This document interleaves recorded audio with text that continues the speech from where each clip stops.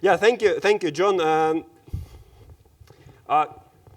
Just as John said, I do love functional programming, and I don't know much about cloud native AI or something like that, but I love functional programming, and I will speak here about functional programming.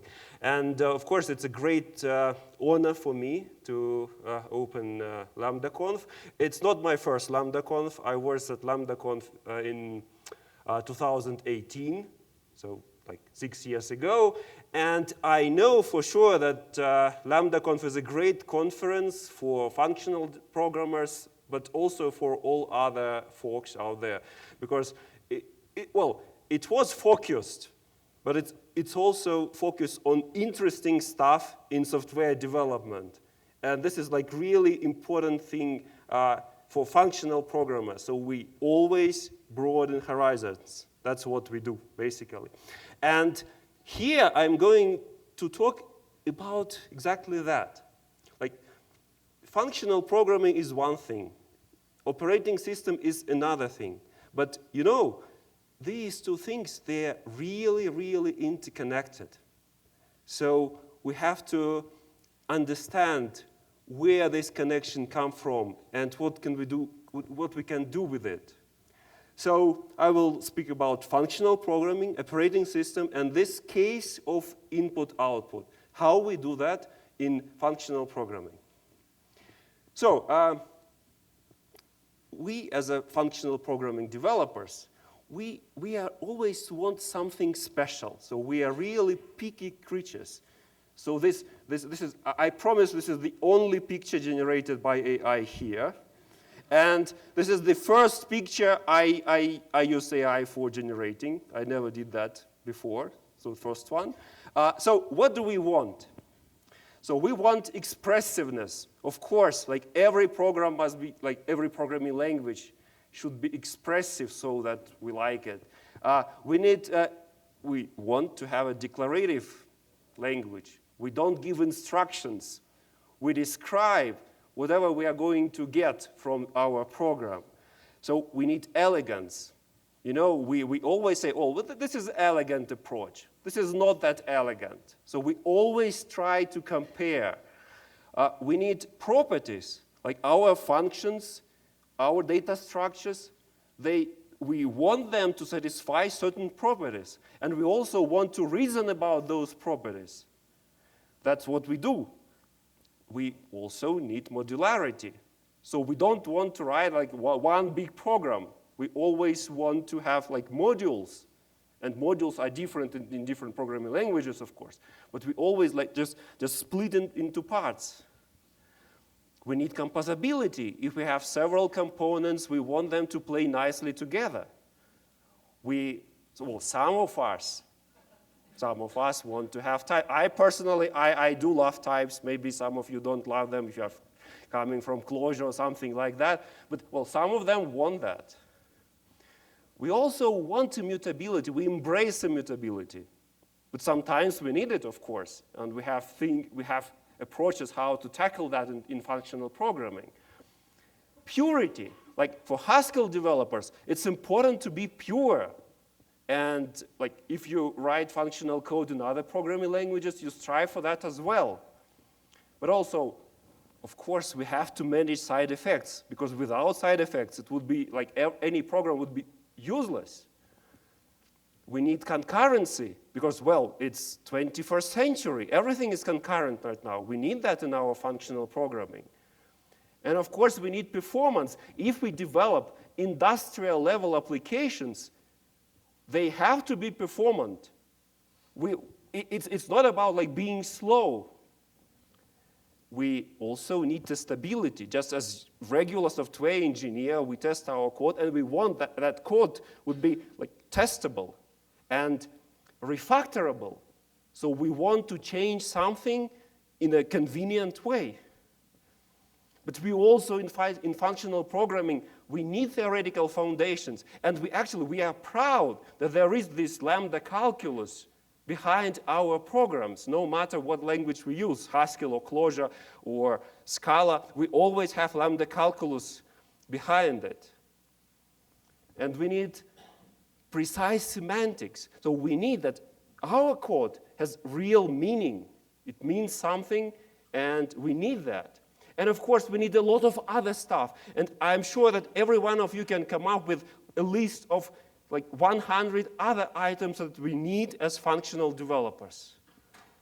So we have to, like, speaking about input, output, and functional programming, of course, but we need all that.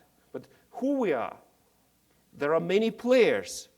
There are language designers, and those are geniuses like folks like Martin Adersky or Simon Peyton-Jones, like John McCarthy. They're real genius, but there are others as well. There are those folks who actually implement compilers, runtime systems for some programming languages. But then there are also folks who write libraries, because we never do without libraries. We always need them. But then there are developers. Developers write code in all those languages. And sometimes we are in a situation when developers use some features in a way that was not supposed by language designers. This is a common theme in functional programming. So they design some feature, but the developers use them in combination and create absolutely new things, something that was not imaginable before. And there are also those folks who deeply in theory, and they develop semantics. They develop something called denotational semantics. And I'm mentioning that because it is extremely important for this particular topic, for the topic of functional input-output. So what is that denotational semantics? Just a very quick overview. So we try to describe the meaning of a program. So, for example, in denotational semantics, they always use these double brackets. So the meaning of a constant is a number. So 5 inside double brackets is actually a construct from a programming language. And number 5 outside of it, it's a natural number. So it comes from mathematics. So mathematics allows us to describe that meaning of a program. And then, if you have an expression, once again, 2 plus 3 is an expression in any programming language inside those double brackets. And then we can compute meaning from these parts. I won't show you other examples, but it's getting really very quickly getting very complicated. So there is a meaning for functions, there is a meaning for types, there is a meaning for any piece of abstract syntax tree. So if you have some expression, then you should be able to provide a meaning for that. And in terms of denotational semantics, any program is actually a function which takes set of inputs, specified somehow, and maps it to the set of outputs. So any functional programming is actually this transformation from inputs to outputs. So it's in the core of functional program. But then, as usual, devil is in the details. So usually denotational semantics and those specialists, they work on a toy programming language. So they have some basic language, maybe based on lambda calculus, maybe not.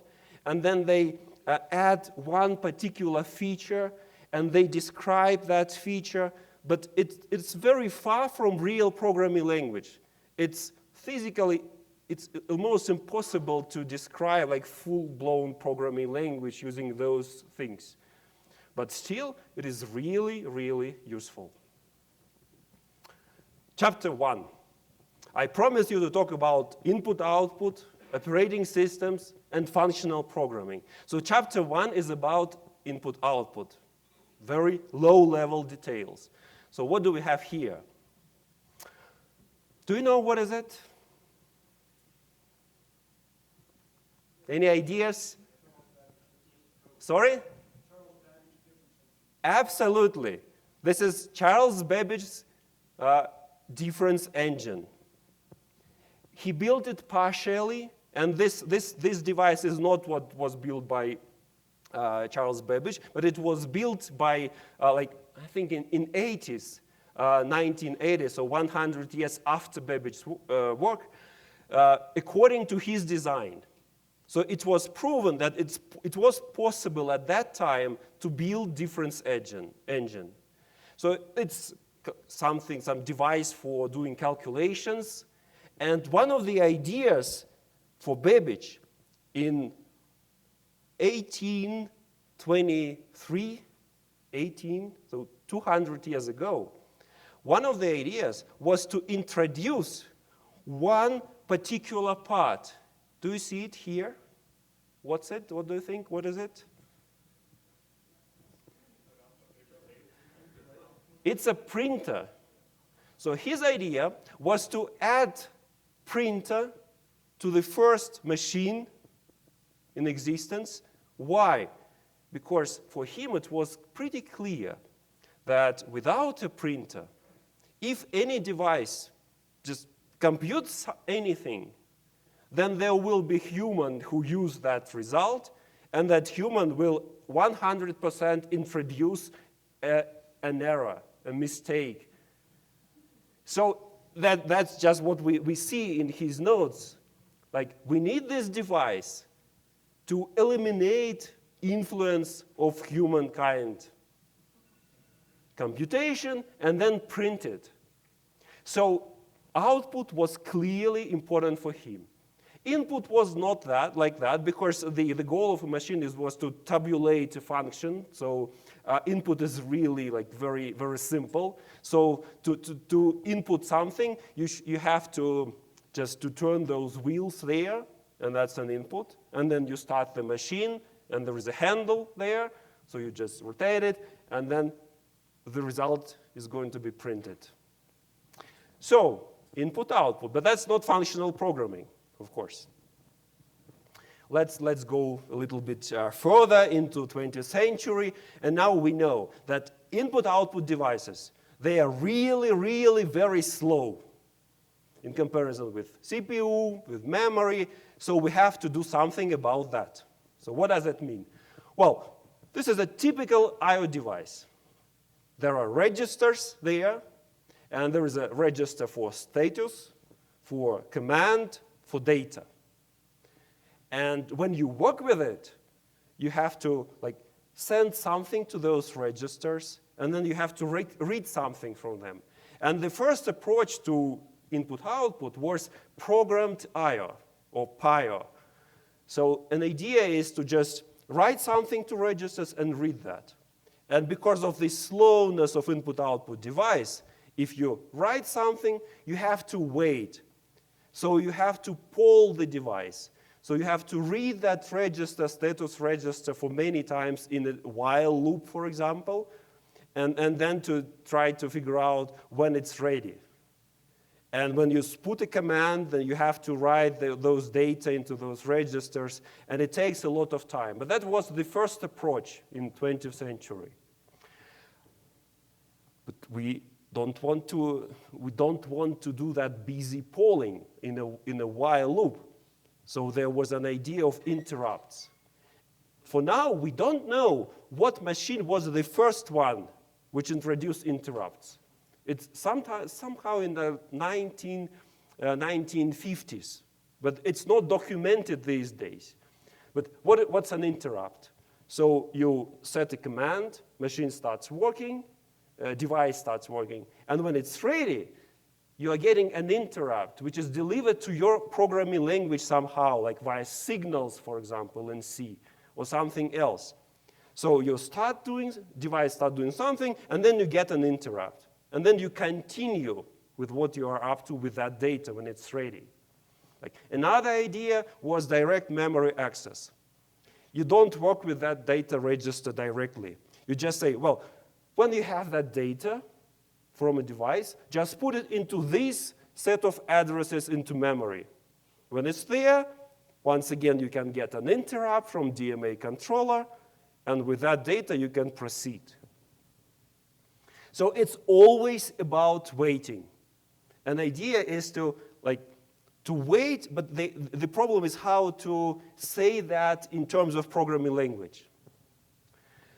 So we can like look at it like this. So we have a program, and program issues requests to operating system, and then operating system as a single authority talking to a device, like issue some request to a device, and then device answers in some time, and then you get an answer in your program. So your program, in terms of input-output, is always this communicating with operating system. So we don't know a lot about devices, but we know how to work with operating systems. We have so-called system calls. So we call operating system, and then we get our result. So what do we write, actually? Well, we can write blocking our IO. So we say read or write, like issue these system calls. We provide some buffers, some information for that, some flags, whatever we are going to read. Sometimes operating system or maybe some library for a programming language provides us with additional features like buffering, so that we don't get any single bit from a device, but we get a buffer. Sometimes we use non-blocking IO, so we can check if it's ready. Like read with non-blocking IO means it can give us data, or it can tell us, well, there is no data at this moment. So we just repeat in some time later. There is also so-called select or poll system calls. And an idea is to write event-based applications, and you want to look like which device is ready at this moment, so that you don't read a device which is not ready.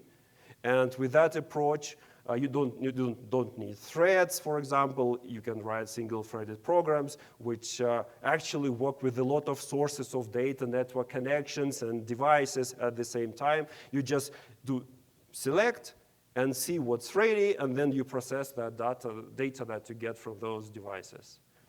And then, of course, there is asynchronous I/O, which is like very relatively recent development. Like in Linux, they get asynchronous I/O in the beginning of like year 2000, 2003, maybe 2004. But that interface, I/O in Linux, was always like very problematic to use. So you never want to use that, actually, and it's used mostly by those who need direct access and very efficient access to devices, like for example, database developers. If you develop a database server, you need to make it as fast as possible, and you don't need many operating system features for that. So, recently, several years ago, there is one asynchronous I/O API, which is called Urin, for example, very recent development. So it's work in progress. So these are all different things that we have in operating system. Okay, chapter 2. So let's forget about operating system. We'll get back to that a little bit later. So now we'll talk about functional programming. So how they did that in functional programming languages.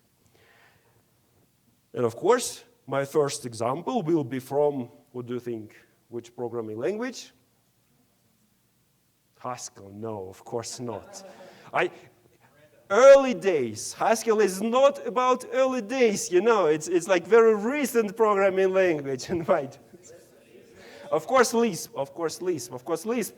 John McCarthy's Lisp. It's 56, 58. That's really early days. And in Lisp, they had functions, which are real functions in terms of programming language. And they also have these pseudo functions, which are not real functions, but they are convenient to do input-output.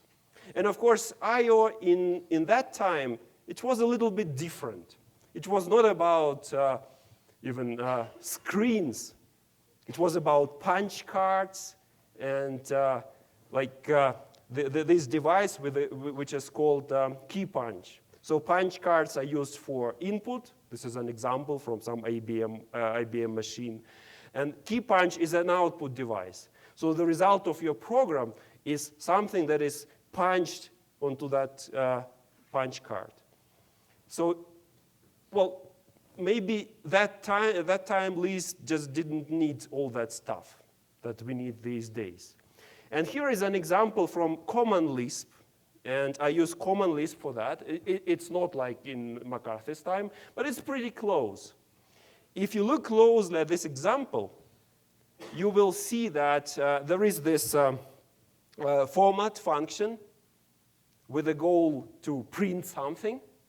And it's actually Zuda function, because the only idea is to provide some side effect here.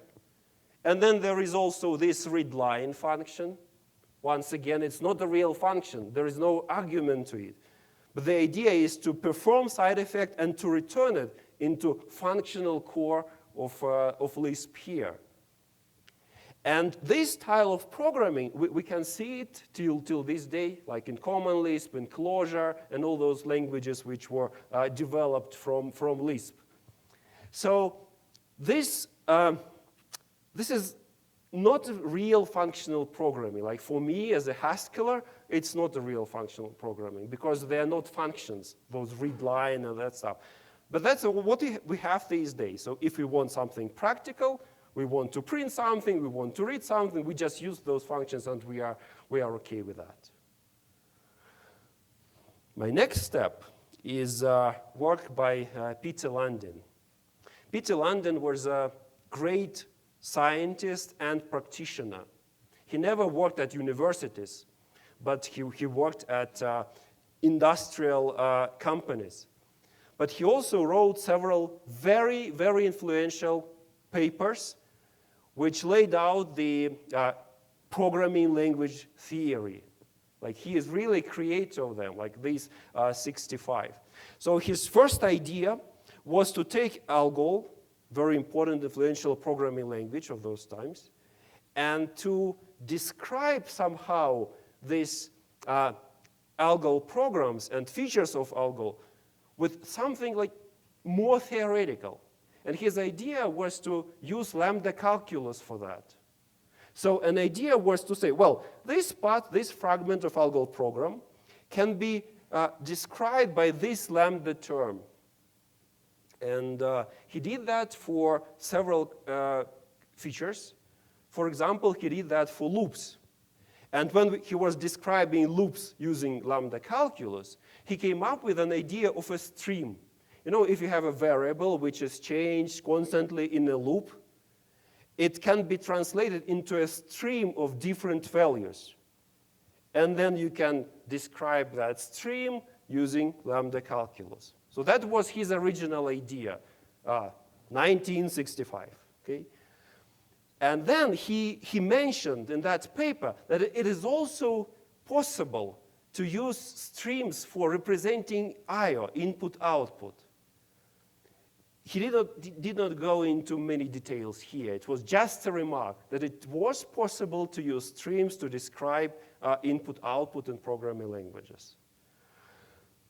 And as a result, a little bit later, we've got this term, Lundin streams, with an idea that any input to a functional program is actually a lazy list of input characters. And output is a lazy list of output characters. Why do we need this laziness here? Because like in a program, we never just read in the beginning and write something in the end. We need this interleaving. So we read something, then we print something, then we read again, then we print again. That's why we need this laziness. So there is this idea of Lundin streams. And it was actually used in many programming languages sometime later, after this contribution of Lundin. And he also did another thing. He invented ISWIM. ISWIM, which is an acronym for I see what you mean. That was an idea of a programming language, which is some combination of Lisp and ALGOL. So theoretically, this language was functional, but it looked more like ALGOL. And this is very crucial quote, very important quote. Let's read it. So the system is biased towards expressions rather than statements. So in Fortran, they had statements. In Algol, they had statements. But Landin's idea was to move it towards expressions. So it includes a non-procedural, purely functional subsystem, okay? So this subsystem is then managed by print instructions. So our program is print, or maybe read, and then we do something in this purely functional core. So very important idea, which goes back to 1966. So this quote is from this paper, The Next 700 Programming Languages, one of the most influential papers for programming language theory. Then another step, John Backus. John Backus is known as a creator of Fortran. For this invention of Fortran, he was awarded a Turing Award in 1977. And he delivered Turing Award lectures, which was called Can Programming Be Liberated from the von Neumann Style? And in that paper, he described a programming language, which he called FP, functional programming. And his idea was to say something like, well, you know, those old programming languages like Fortran that was invented by him, we need something different. We need to write things differently. And this gave a start for development of many other programming languages. So like before that, we had Lisp. There was also like the beginning of ML, which was not a programming language in the very beginning. Well, now ML is, I don't know what, but it was programming language in the 80s. This was like when a person like this gives something like embracing functional program, it's really important. So he influenced a lot of things. And now, 10 years later after that, we have this quote from a relatively recent paper on history of Haskell from the History of Programming Languages conference, when they say that the story begins with IO. So we're getting closer to these days. So Haskell committee wanted to keep the language pure, so that side-effecting approach of Lisp was not okay for Haskell. So they wanted to make it differently. So they had to work on this iOS system very carefully. They had to provide a meaningful implementation and meaningful way of expressing things. And they implemented that using two different approaches. The first approach was so-called stream-based I/O. This approach is almost like landing streams, but they are a little bit more elaborated, like they were called synchronized streams. And here is an example from Haskell report 1.0. And if you look closely, look, so we have this type behavior, which is a function from a list of responses to the list of requests. And we also use here lazy pattern matching. Lazy pattern matching here, an idea is that we don't have these elements in the very beginning. We only look at them when we are ready in our program. So we can print something, and then we just look at the result of some operation. So I'm not going to describe this program in details, but look, the whole program is a list, actually, a list of requests. So we say, well, first we print something on the command line, and then we read something. And when we read something, we print something else. And here we refer to name, which is actually working with user input. And user input is an element of this string. And then we read that file, and content of that file goes into this variable. So we have this state of operation success, and then this variable will be beginning of a content of that file. So when you look at this program, you look like arguments and then element of responses, arguments again. So this is stream-based I/O, and this was a recommended way to do I/O in Haskell 1.0. And then there was another approach, which was like approach in this programming language, which is called continuation I/O. The same Haskell 1.0.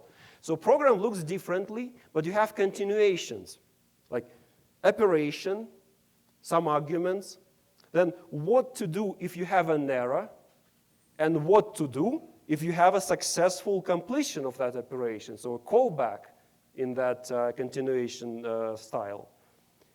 So in Haskell, both ways were implemented, and this stream-based approach was the original, and it was possible to implement continuation passing style via a stream-based approach.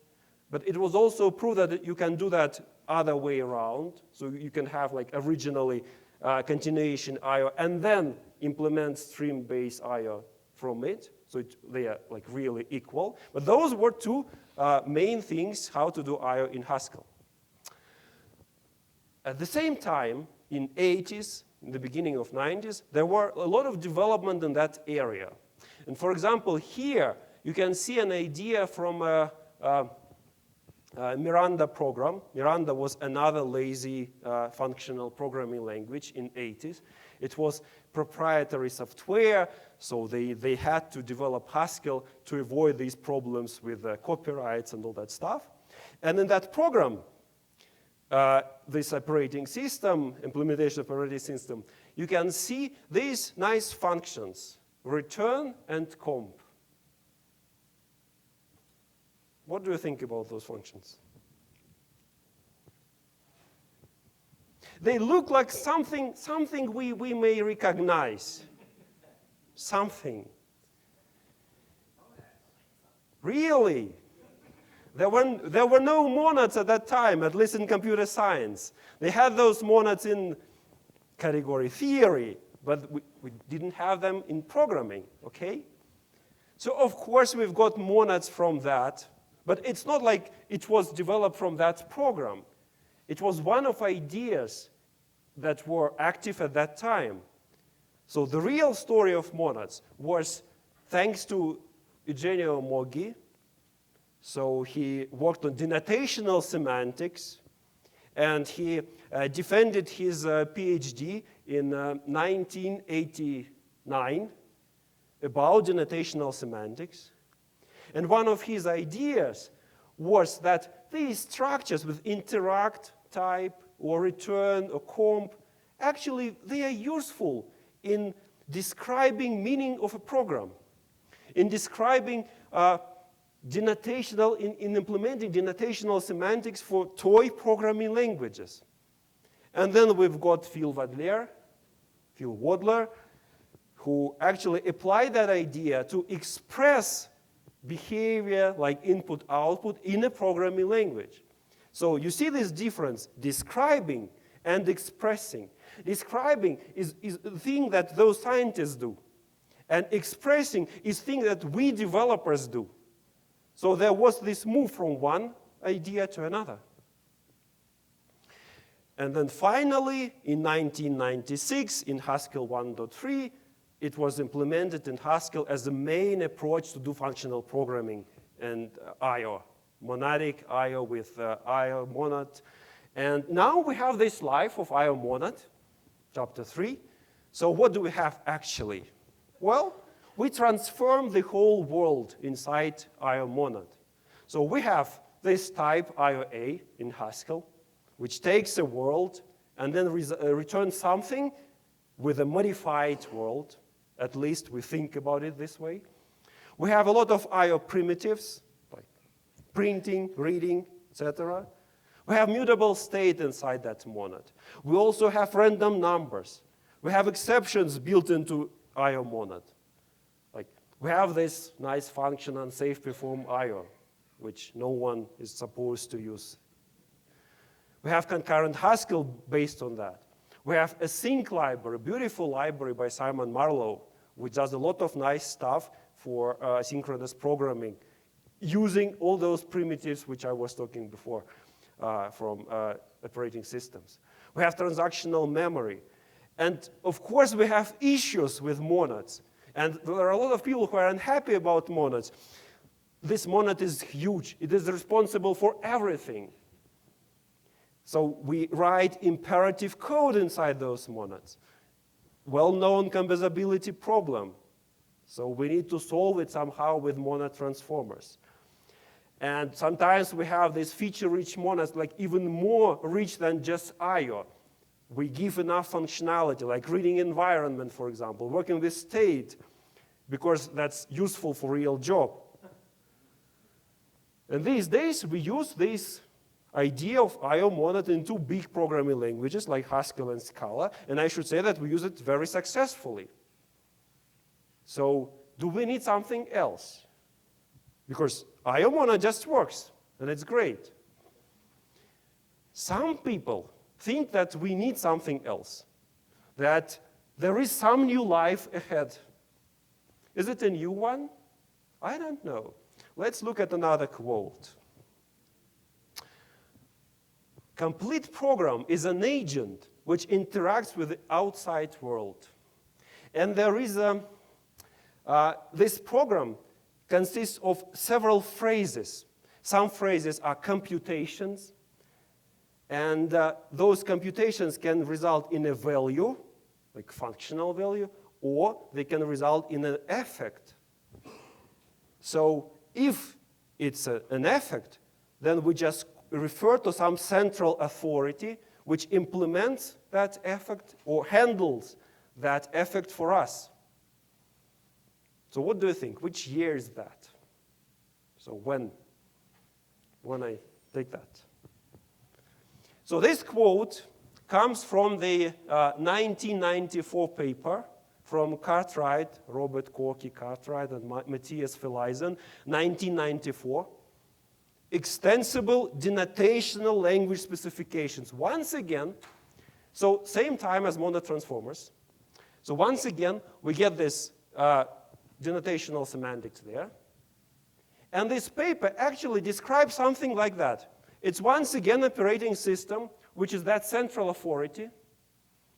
And from all that stuff, we get so-called effects and effect handlers and effectful programming in all those languages, functional languages these days. So what do we actually have?